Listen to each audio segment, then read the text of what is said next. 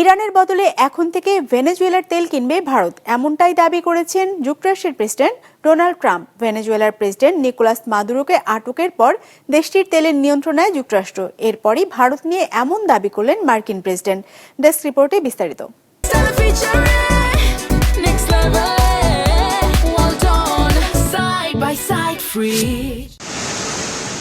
বিশ্বের তৃতীয় বৃহত্তম তেল আমদানিকারক দেশ ভারত। 2022 সালে ইউক্রেনে আক্রমণের পর পশ্চিমা নিষেধাজ্ঞার প্রভাবে দাম কমে যাওয়ায় রাশিয়ার তেলের অন্যতম প্রধান ক্রেতা হয়ে ওঠে দেশটি।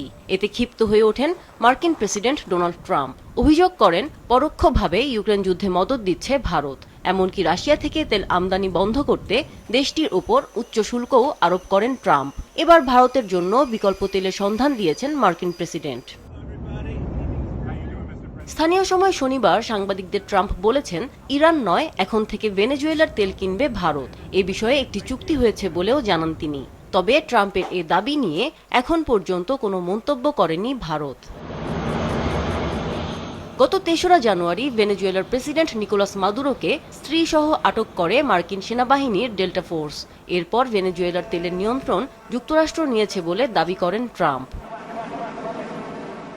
গত বছরের মার্চে ভেনেজুয়েলা থেকে তেল কেনায় ভারতীয় পণ্যের ওপর 25% শুল্ক আরোপ করেন ট্রাম্প। বার্তা সংস্থা ব্লুমবার্গ জানিয়েছে, জানুয়ারিতে ভেনেজুয়েলা থেকে 18টি ট্যাঙ্কার লোড করে যুক্তরাষ্ট্রের টেক্সাস, লুইজিয়ানা এবং মিসিসিপির তেল পরিশোধনাগারে পাঠিয়েছে, যা 2024 সালের ডিসেম্বরের পর সর্বোচ্চ।